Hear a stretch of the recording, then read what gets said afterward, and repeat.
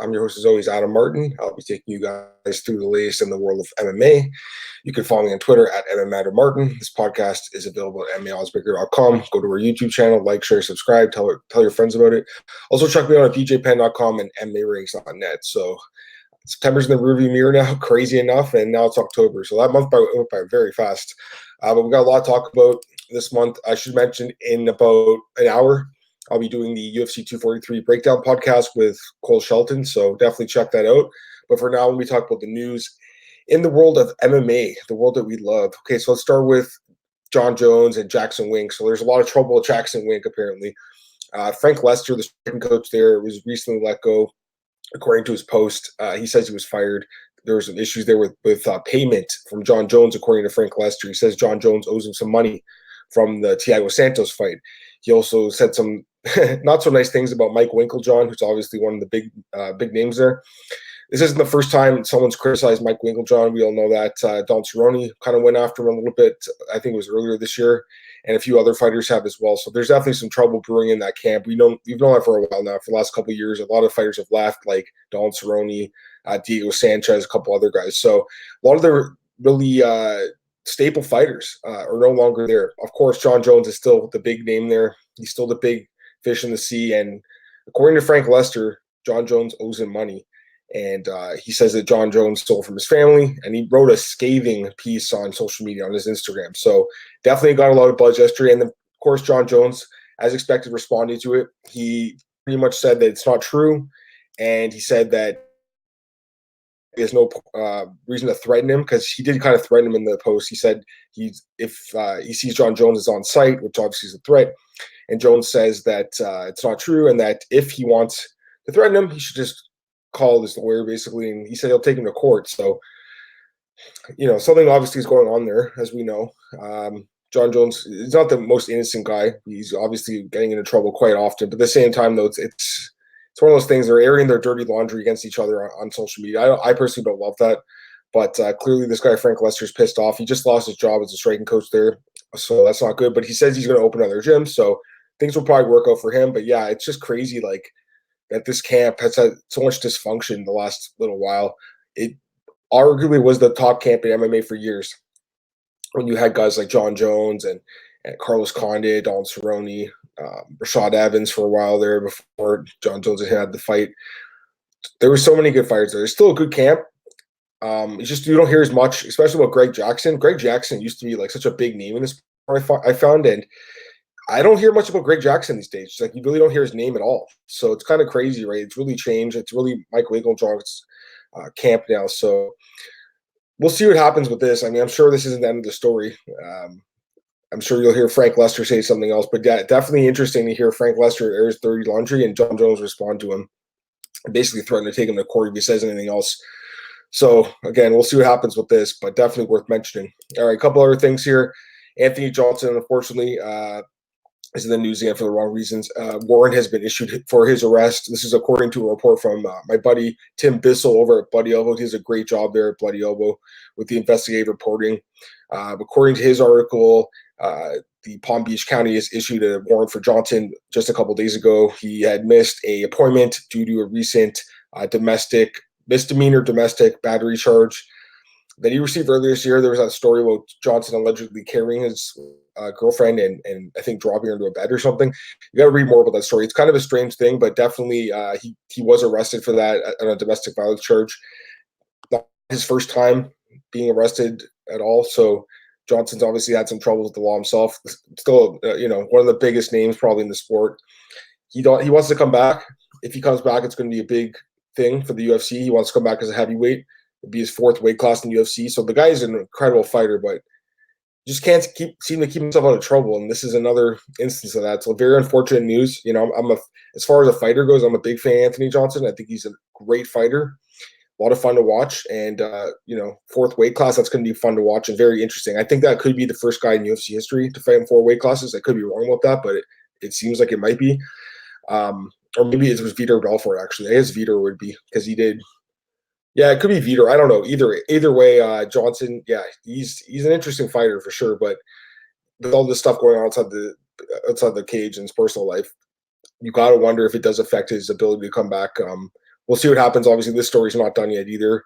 I'm sure we'll hear something as far as an update goes in the next few days, but definitely worth talking about the report here from Bloody Elbow.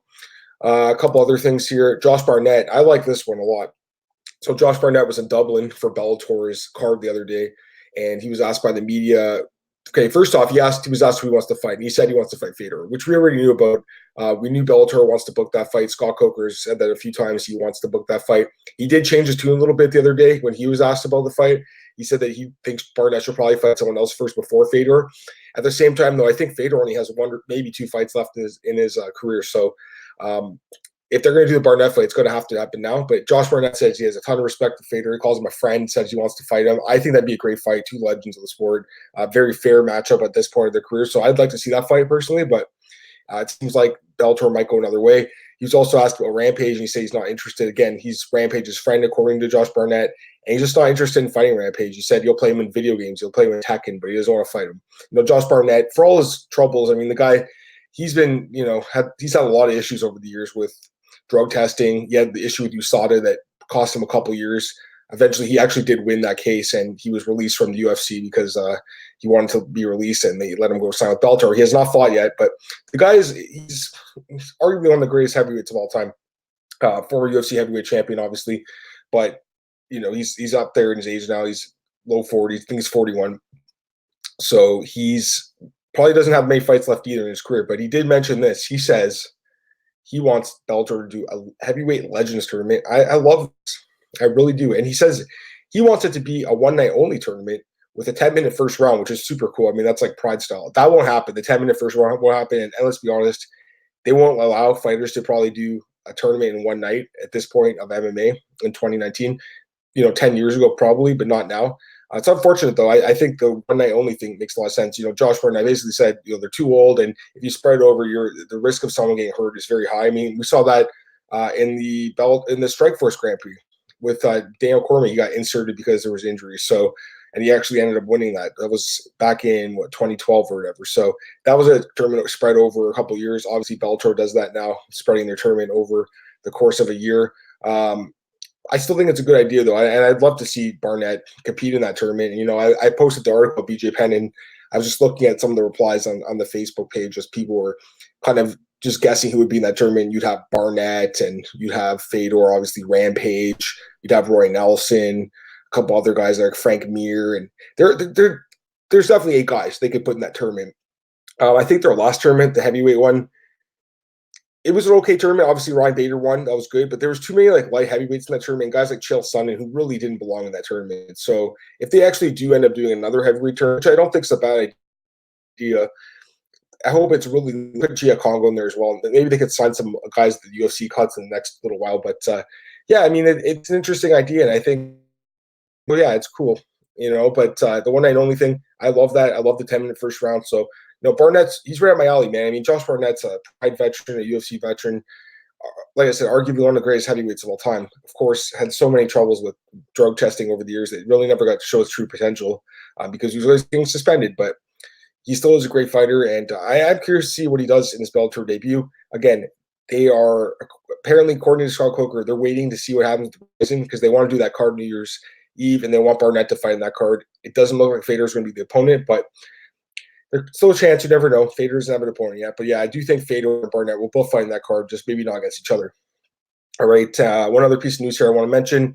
Alexa Grasso, she recently lost a majority decision to Carla Esparza at UFC Mexico City. It was a very close fight, but she lost. I thought she lost the fight. She lost the first 2 rounds. She won the 3rd round for sure, but the first 2 rounds went to Carla. So she's actually talking now about moving up the flyweight, which I think is a great idea. I really do. It makes a lot of sense. At this point of her UFC career, she's 3-3. She's win-loss, win-loss, win-loss.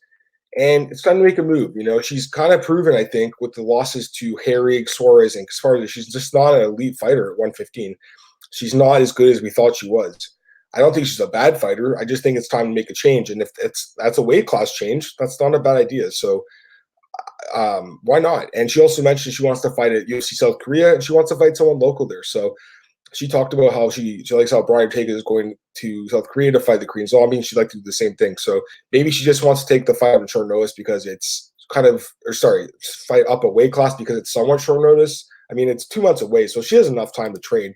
I really think that she's just saying that, as far as, for the travel, that's why I don't want to cut the weight. I just think it's because she wants to make a move in her career, and it's time to do something different. And she has missed weight before. We can't forget that. She missed weight when she fought Randon Marcos 2 years ago. She came in at 119. So I wouldn't say she's like a huge strawweight. Of anything, she's 5'5". She's kind of like a medium-sized strawweight, but she could definitely fight at 125. We've seen fighters like Paige Van Zandt move up. I think Paige is kind of like, let me just check how big she is. I think Paige is probably like a very similar size. Paige Van Zandt, 5'4", so she's even shorter than Grasso. She moved up to flyweight. So I think Grasso moving to flyweight makes so much sense. That division is very wide open. Honestly, if she does fight Valentina eventually, she'll probably get smashed. I think most people would. But at the same time, she's probably like 1 or 2 wins away from her title shot at that weight class. Whereas at strawweight, she's probably like 3 or 4 wins away from her title shot. So I think Grasso's actually thinking on the right track here. Move up a weight class, try something else, and why not, right? If anything, she can always go back and wait in a couple years if this doesn't work out for her. And that's a great segue to my next comment here about fight announcements. So I got a couple of fight announcements to talk about here. And the first was Kevin Lee. And like Grasso, Kevin Lee moved up to welterweight, and now he's moving back down to lightweight after welterweight didn't work out for him. And he's going to be fighting Gregor Gillespie at UFC 244. This is a great fight. I love this matchup. It's a fight that's been rumored for a little while. Both guys have talked about it. I think I've talked on the show recently. They were both kind of going back and forth on Instagram. I think Gregor called Kevin Lee. He called a bunch of guys out. He called like Anthony Pettis, a bunch of guys. He's been looking for a big fight, a bigger name fight for a while now, and he gets it here in Kevin Lee. So Gregor Gillespie is an amazing fighter. I think this guy, you talk about the best grapplers in lightweight, he's right behind Khabib. He's an incredible wrestler. He really is. He's looked great in the UFC. He's 6-0 now in the UFC, 13-0 in his career. Having said that, I mean, look at the level of competition. Glaico Franca, Andrew Holbrook, Jason Gonzalez, Jordan Rinaldi, Vince Pichel, Yancy Medeiros. So he's fought a couple notable fighters like Pichel and Medeiros, but it's not just that. He's destroyed these guys. Like 5 of his 6 wins in the UFC are by stoppage. The last 5 wins by stoppage, submission, and TKO. So he can finish you on the ground either by choke or by strikes. This guy's very dangerous, and I think he could be one of the best guys in the world. He just needs that opportunity. Now he gets it against Kevin Lee. Kevin Lee's actually younger. He's 27. So Gillespie's 32. He's a little bit older than you think because he's kind of a late bloomer. Started fighting in 2014. But Kevin Lee, 27, so he's a little younger. Kevin Lee, he's kind of a hit or miss fighter. I mean, he really is. He's looked amazing at times, like the Barboza fight. That was absolutely incredible performance. That was only last April. But since then, really struggled. The Quinta fight was not a good performance. And the RDA fight, he looked terrible in that fight. I thought he'd look a lot better at welterweight. He looked absolutely terrible in that fight. His cardio really failed him. He got dominated pretty much by RDA. So Kevin Lee, he's lost 3 of his last. Can't forget that 1 win is against Barboza, and he absolutely smashed Edson Barboza, finished in my 5th round TKO. It was an excellent performance. He's looked good in the UFC. Now, he has had trouble making weight. I don't know if he will make weight for this fight. It's only a month away. I feel like it's really soon, personally. It's like pretty much exactly a month away. So I think he might have trouble making weight for this fight. But either way, it's a great fight. Who do I favor? I kind of favor Gillespie. And I think a lot of people are going to favor Kevin. I think this kid, I wouldn't say kid, actually, he's older than me. This guy is fantastic, and I've been nothing but impressed with him. Having said that, this is obviously a big step up in competition. Kevin Lee is a very solid fighter. He's proven that. So Gillespie's got to be in his game here, but I think that Gregor Gillespie is a very, very solid fighter, great wrestler, good submission skills, good ground and pound.